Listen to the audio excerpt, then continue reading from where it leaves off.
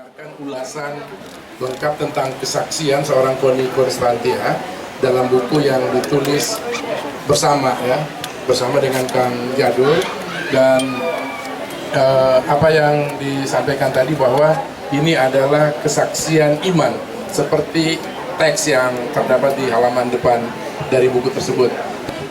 Ini apa namanya, MCC, nih Mama Koni, saya ini di WA itu menerima banyak pertanyaan dari teman wartawan yang tidak bisa hadir hari ini. Nggak usah pakai mic, Mas.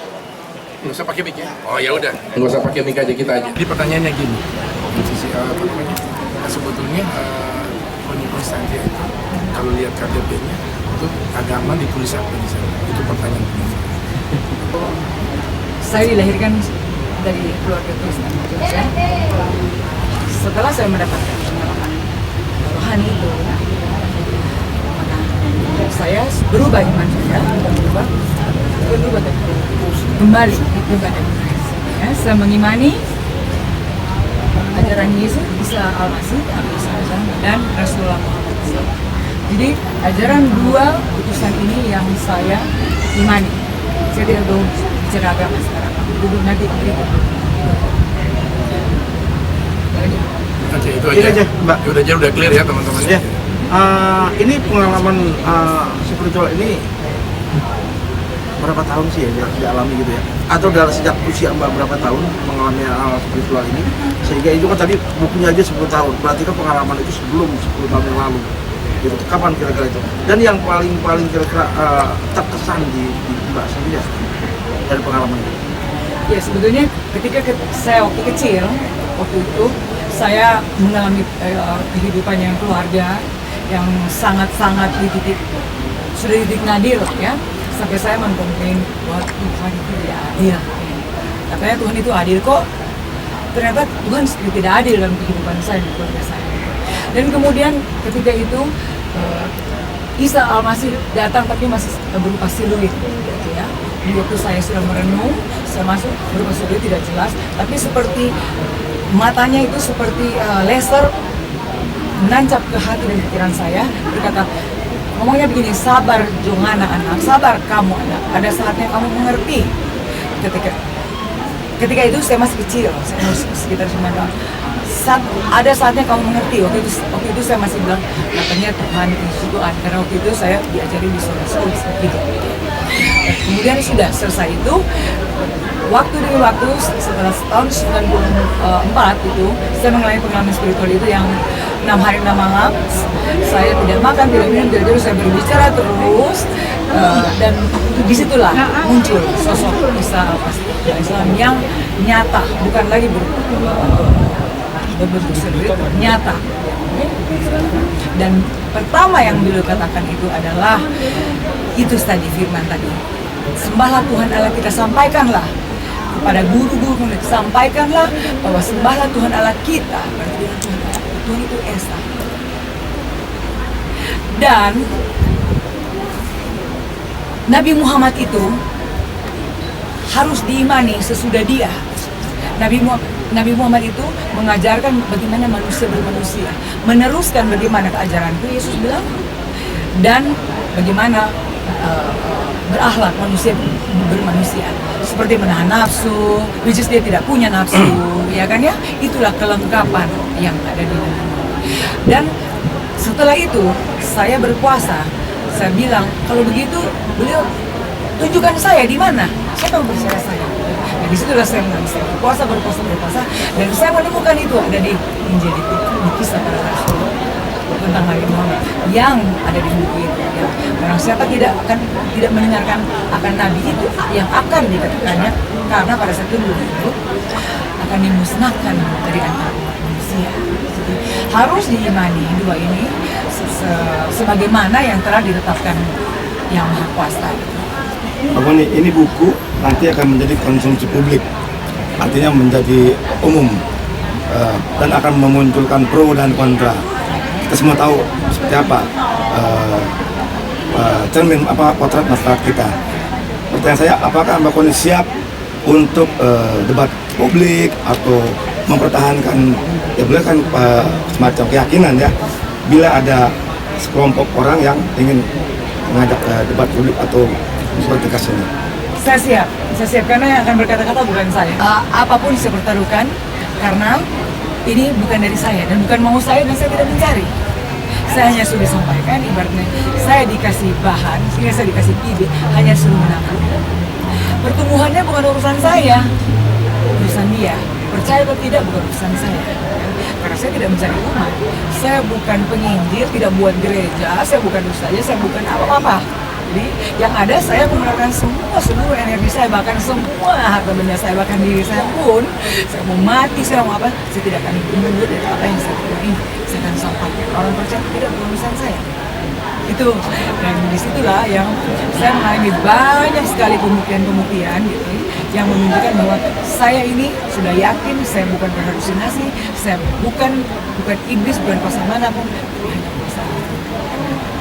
Saya hanya Oke, Pak Ustadz, dari perspektif Islam melihat apa yang tadi disampaikan pertanyaan pertama tadi tentang tidak memilih tapi memahami dua hal tentang apa namanya Yesus, kemudian tentang Muhammad dan Alkitab dan Al-Quran, dua hal itu. Bagaimana Islam melihat cara pandang seperti itu? Saya kira apa yang dialami oleh Mbak Sisi ini ada satu letupan peristiwa spiritual yang menengahkan satu informasi yang sebenarnya bukan hal baru, hal yang sudah ada dalam berbagai macam hasanah, bahwa ini ada sosok Isa, ini ada sosok Muhammad, gitu kan. Tapi bayangkan ini lahir muncul dihadirkan kepada sosok Sisi, gitu ya, manusia biasa di antara sekitar kita. Bukan seorang santo, bukan seorang spiritualis dan sebagainya, bahkan lebih dikenal sebagai seorang selebriti. Jadi ini yang kemudian menjadi menarik. Tapi saya kira yang penting itu justru begini, kadang kita itu nggak mau menerima kebenaran gara-gara yang ngomong itu siapa. Apalagi sudah mulai ada pertentangan antara A dan B, kelompok A dan B, sehingga kita nggak mau menerima kebenaran, kan gitu. Kalau memang ada kebenaran yang disampaikan, kenapa kita tampik kalau memang itu satu kebenaran? Kadang kita agak ogah menerima kebenaran atau fakta kebenaran karena siapa lu yang menyampaikan itu siapa, kayak gitu. Nah, ini artinya bahwa kebenaran itu memang minallah, sesuatu yang sangat transenden. Dan itu sesuatu yang sangat transenden. Jadi kalau Islam membacanya, tentu saja kalau saya ngomong Islam membacanya, saya sangat subjektif sebagai salah satu orang yang memahami hasanah-hasanah Islam. Apa yang dialami Mbak Koni sebagai peristiwa majdub, terangkat, atau kasyaf, atau penyikapan yang dialami secara personal. Dia berulang kali mengklaim itu bukan dari iblis, bukan dari setan atau apa. Dan semua omongannya itu bisa diverifikasi, baik dari hasanah Injil maupun dari hasanah Al-Quran. Sementara dia bukan orang yang sebelumnya mengikuti Al-Quran. Bagaimana kita akan mengatakan orang yang belum pernah mengikuti Al-Quran tiba-tiba bisa ngomong dalam hasanah-hasanah Al-Quran? Nalar kita akan menemukannya bagaimana? Maka saya sebagai muslim menyerahkan kepada Allah. Jika memang Allah sedang berikan pesan kepada siapapun, dan itu disampaikan dari Koni, mari kita terima dengan lapang dada. Dan yang terpenting adalah ada apa pesannya? Ternyata jalan cinta. Ya, kalau dia mengalami pengalaman yang kayak hebat apapun, bertemu apa, bagi saya, so what? Emang lu siapa? Atau lu ngapain? Persoalannya dari situ, habis itu Koni menjadi apa? Dia menjadi semrawut misalnya, atau menjadi arogan misalnya, menjadi sombong misalnya, menjadi nggak penting dong, gitu. Tapi ternyata di situ disadarkan tentang jalan cinta. Saya kira itu jalan cintanya inilah yang sebenarnya perlu kita share. Dan memang waktu itu saya mengatakan bahwa kenapa saya tidak bisa berbicara sesuatu itu, dan saya bicara pun gagal. Tapi saya dipaksakan, bukan kamu yang berbicara, ketika pada saatnya bukan saya yang akan berbicara.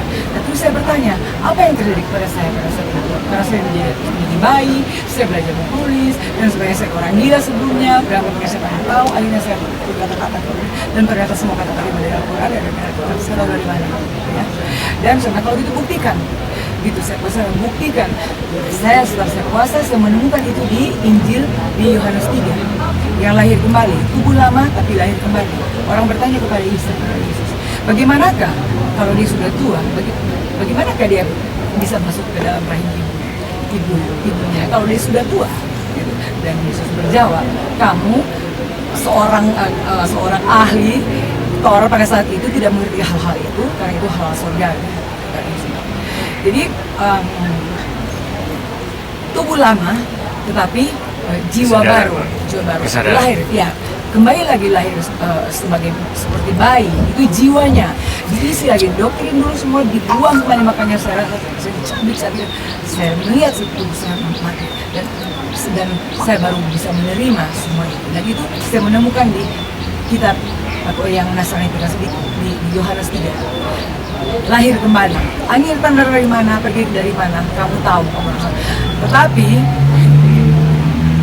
orang yang mengalami hal-hal lahir kembali dengan roh itu tidak ada yang tahu, hanya Allah saja dan yang itu. Mbak Koni mau nanya background terciptanya buku ini, maksudnya dari awalnya seperti apa sih? Mungkin Mbak Koni yang pengen menjadikan ini sebuah buku lalu mencari semuanya itu seperti apa? Saya pikir hanya buat pribadi saya mau lari dari ini, ya. Dan kemudian saya terjadi pengalaman spiritual yang akhirnya berakhir Yesus datang lagi terus katanya begini, bahasa kita ya, kalau kamu tidak berani sampaikan kamu takut manusia, ya, maka sudah selesai, saya udah nggak di sini sekarang. Dan dari situlah saya harus sampaikan, tugas saya itu menyampaikan, orang mau menerima atau tidak bukan urusan saya. Nah, terus itu saya menulis buku ini, mencoba bagaimana menuangkan buku ini apa yang saya terima gitu, lalu Mas Jadul bisa menuangkan. Jadilah buku seperti itu dengan pergulatan bertahun-tahun. Pertemuan dengan Mas Jadul itu mau seperti apa? Mungkin Ya, Mas sampai Jadul akhirnya mungkin yang saya jelaskan. Iya, saya sebelumnya belum kenal ya. Belum kenal, tapi itu saya lihat draft ada temen yang membawa pengalamannya itu, saya langsung bener ini. Nah, Mbak Koni juga belum pernah ketemu saya tuh diminta nulis epilog dulu catatan itu. Nah, ketika baca tulis saya, Mbak Koni Saya merasa sebetulnya cuma membaca epilog dari Mas Jadul. Sebelumnya bukan beliau yang menulis, tapi saya bilang kok orang ini yang sepertinya yang lebih memahami apa yang saya rasakan. Jadi akhirnya saya meminta beliau kemudian ada sharing proses belajarnya gitu. Iya. Saya yang Islam jadi belajar tentang Kristen, Mbak Koni lo jadi belajar tentang makna ayat-ayat yang sebelumnya. Jadi waktu sebelum itu saya menerima itu saya belum tahu ada di mana gitu. Nanti bilang, oh ini ada di sini, kayak ada di sini. Terus saya bilang, oh itu buktikan saya sendiri. Disitulah saya berkurung diri, berpuasa, berkontemplasi di sini. Terus saya kayak gitulah. Saya buka Alkitab, buktikan, buka itu, buka Al-Quran itu ayat-ayat yang beliau sampaikan itu terbuka, ada semua di situ. Dan bisa ada Yesus Kristus dari untuk prosesnya sampai 10 tahun baru di seperti apa? Ya, nanti karena akan dilakukan bedah buku di tempat-tempat atau kota-kota lain selain Jakarta. Iya, kita rencana semoga begitu. Karena buku ini memang pesan ini memang harus sampaikan sampai ke ujung dunia. Bahkan saya mau bikin film supaya ini bisa sampai ke seluruh. Untuk pembacaan yang berat nggak sih yang mungkin bisa dijelaskan untuk penulisannya sendiri? Menurut saya kalau kita mencari pembenaran yang sudah ada di kepala kita, doktrin kita seperti saya katakan tadi, ketika kita kecil dikasih pakaian apa kita nggak bisa nolak, kasih makan minum kita tidak bisa nolak. Ketika sekarang kita dewasa, kita harus mencari kebenaran yang hakiki itu.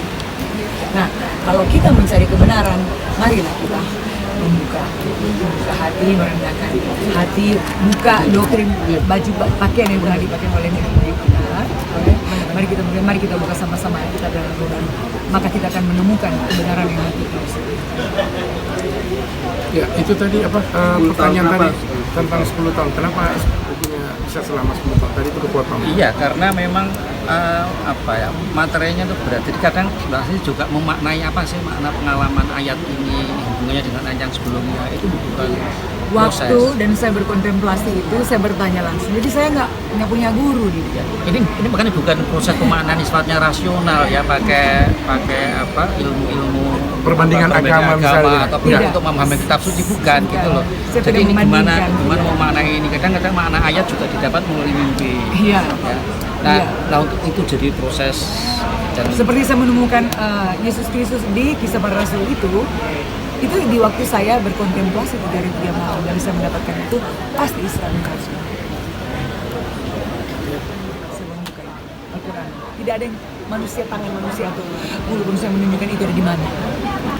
Katanya ada kabar sempat mati suri juga. Iya, di waktu itu yang saya lahir kembali, saya melihat dan ibu saya, tidur saya seperti bayi dan kakak saya juga masih ada. Sayang saya begitu karena mereka melihat saya seperti bayi dan saya seperti bayi dan saya belajar menulis. Ada mantu saya yang sudah ada, saya nggak tahu namanya, dan saya berbicara seperti bayi. Saya bahkan seperti bayi minta minum gitu, kaki saya di atas saya minum seperti bayi. Itu katanya. Jadi mereka pikir Hermi kulit waktu saya sebelum itu bilang kasihan temen gue udah gila. Padahal saya bilang kasihan temen gue nggak ngerti apa yang terjadi. Saya tahu. Itu semua ada di buku. Ada semua. Ya. Dan ini akan dikomersilkan atau seperti apa? Sebetulnya buku ini saya mau gratisin, kalau saksi ya, supaya semua umat dapat membaca, menerima pesan ini. Tetapi kemudian ada suara-suara mengatakan, kalau kamu menggratiskan ini, nanti pikirnya kamu sektor mencari umat atau apa gitu ya. Jadi saya menjual semurah mungkin ini buku ini. Dan kalau ini mungkin keuntungannya disumbangkan. Iya, kalau saya kalau memang buku ini ada profit. Nah, ada profit di sini. Ya, ini akan disumbangkan pada yang membutuhkan. Ya. Nah, untuk mewujudkan ini, saya udah bilang, saya mau jual semua aset saya. Yang penting pesan ini sampai. Karena kita berdiri nggak buat apa-apa. Bahkan sekarang saya mau tinggal di gua aja nggak. Karena tubuh saya pun habis di sini orang mau satu dunia mau itu silakan. Karena saya udah pernah mati. Bahkan jangankan benda tubuh saya karena saya Keluarga sendiri gimana? Saya kan mau merelakan semua harta, tanggapan keluarga. Keluarga saya pertama memang mereka bilang saya ini sudah istilahnya kesannya berkhianat kepada Yesus ya. Padahal saya lah yang taat kepada perintahnya Yesus dan mereka buktikan ketika banyak hal, nanti panjang kalau saya katakan di sini. Mereka buktikan bagaimana setelah itu siapa yang datang, siapa yang membuktikan yang setan tidak bisa buat. Nanti ini panjang lagi gitu. Jadi saya bilang saya yang taat kepada Kristus. Apa perintah Yesus? Sembah Tuhan Allah yang Esa dan mengasihi sesama manusia, ya? Dan dia jalan kebenaran. Bukan dia tujuan, dia jalan kebenaran. Seperti dia tertulis di Yohanes 14 ayat 6. Aku adalah jalan kebenaran dan hidup. Tiada seorang pun yang sampai kepada Allah tanpa melalui aku, tanpa melalui dia. Jadi dia adalah jalan. Siratal mustaqim, ya. Nabi Muhammad juga mengatakan begitu, ya kan ya? Kalau kamu tidak beriman kepada Isa alaihissalam dan kitab-kitab sebelum, beriman sebagai bagaimana Allah tentukan jalan kebenaran, bukan sama dengan Allah, maka kamu adalah umat-umatku. Itu kata Rasulullah Muhammad SAW, tidak salah, ya, sama gitu. Yang mendengarkan, percaya kepada Yesus dan kepada Nabi Muhammad itu baru sampai dan melakukan firman-Nya, baru itu yang dialah yang sampai kepada Allah Tuhan itu pencipta langit. Apakah buku ini mau didiskusikan di kampus atau seperti apa? Rencananya ya seluas mungkin sebenarnya ada kampus mengingat diskusi di kampus di semua tempat. Kan saya Basis sini lah. bahkan saya mau bilang saya bikin film, bikin drama, kalau perlu di kampung-kampung di mana pun seluruh Indonesia saya akan Teman-teman wartawan, terima kasih waktunya sudah selesai karena menjelang